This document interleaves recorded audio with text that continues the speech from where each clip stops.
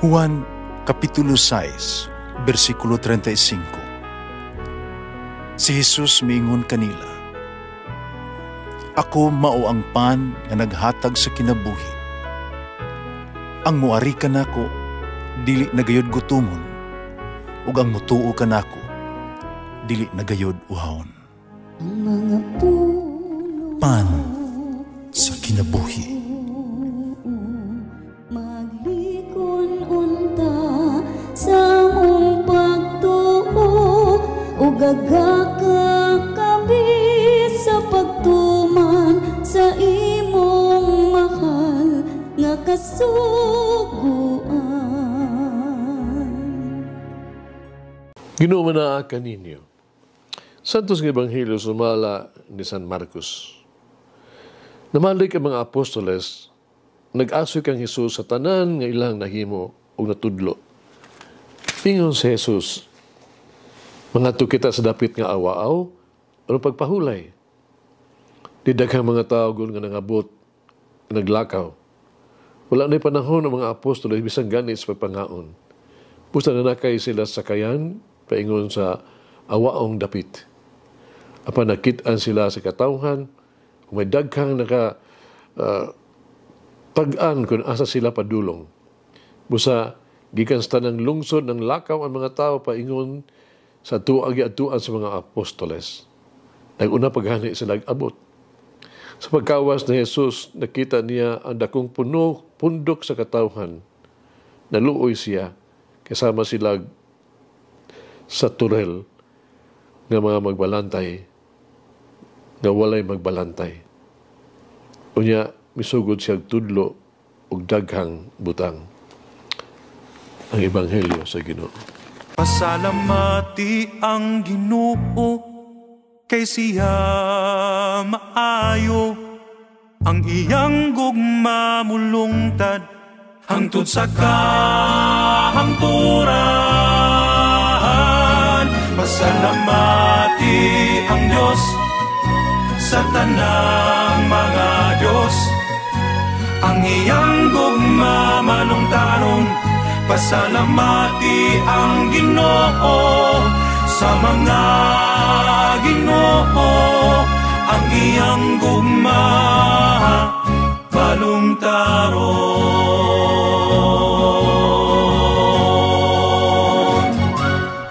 Let us find time to rest in the Lord.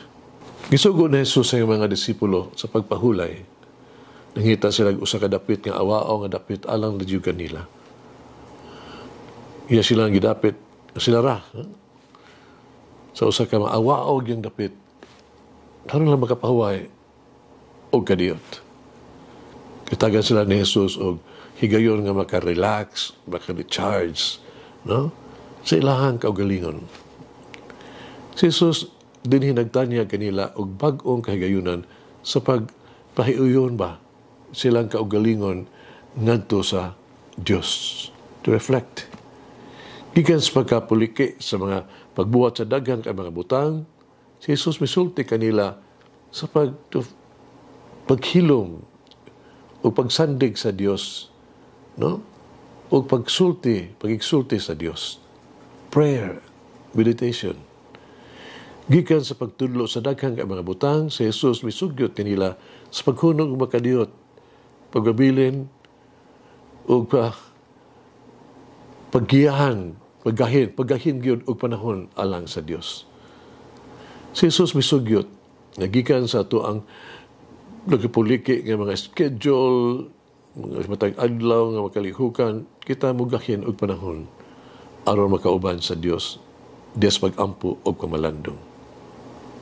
Musatagan nato og kagyunan ang Dios sa pagigsulti kanato. Mugahin kita gyud og panahon alang aron maminaw kita sa Dios. Usa man nato nga mapuno sa grasya nga ato ang sa Dios kun dili kita mangita o magigsulti kaniya pinagis pag-ampo. So sa paghiha kita pagkapalig-on sa pulong sa Dios kun dili nato ablihan ang ato ang hunahuna o gihadan ato ang kasing-kasing ngadto sa kaniya. Dinhi sa Ebanghelyo karong adlaw nakita sa mga tao nga mibiya sila ug daghang nahibalo niini kundi sila paingon. Miabot pa gani sila sa dapit nga naguna sa ato ilang giadtuhan. Kapan si Jesus, wala siya masuko. Sa diyang sila, wala pa sila makapahulay. Wala siya maluya. Hinoon, siya kasing-kasing natandog siya sa kaluoy alang kanila. Siya adunay kaluoy gyud. Ug sa ingon, siya misugod na sa pagtudlo kanila ug daghang mga butang. Ato ang pagig-uban sa Dios, kinahanglan magtukmol ka nato sa pag-alagad sa tuang isikatao. Atong pagig-uban ni Jesus, no? Kinahanglan usab kini mudako ang ato asang kaluoy sa tuang isikatao. Andam ta mo sakripisyo bisan pa sa kapoy sa tuang pag-alagad kanila. Kita mapahulay o mag-recharge sa tuang kaugalingon aron kita makaalagad kanila sa hingpit o kita magtrabaho nga mas maayo o uban sa Ginoo sa parasan sa Dios. Sugilanong kinaiso sa katribo sa Africa, diin dili ka mao sila mo ihap. Raga way kabalo sa counting.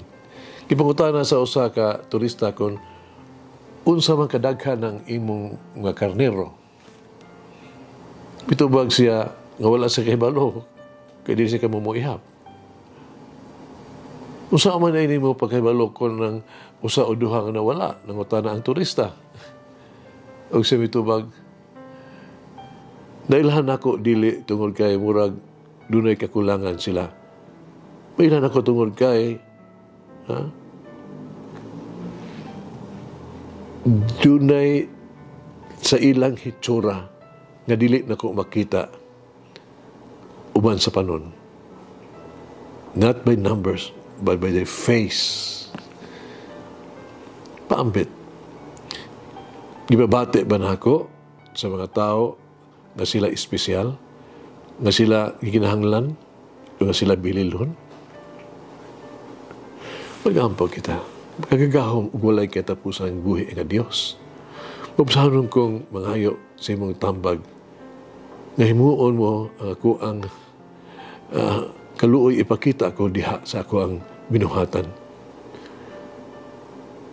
Pagamita ko anang may kagayunan sa pagtabang. Tugutoy ako sa pagbuhat ug maayong mga butang ngadto sa mga nanginahanglan. Magagaham og walay katapusan nga buhi nga Dios.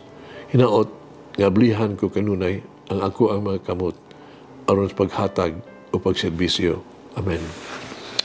Oh, Mary, seat of wisdom, enlighten my mind to be one with the mind of the Lord. Malangin ang Diyos magagahom sa tanan, Amahan na Espiritu Santo. Amen. May the Lord of the divine mercy bless us all, heal us from all diseases and suffering. Ayun unta niya kita, tanang mga sakit na sa lawas o sa kalag, body and soul. In the name of the Father, the Son, and of the Holy Spirit. Jesus, I trust in you. Amen. Whoever eats the bread of life will never hunger, says the Lord. Kay galaan inyong nabati ang pagpaambit ug hamubong pamalandong sa pulong sa Dios pinaagi sa tulumanon pan sa kinabuhi nga gidumala ni Monsignor Daddy Silva. Hangtod na usab sa sunod higayon, daghang salamat. The bread of life.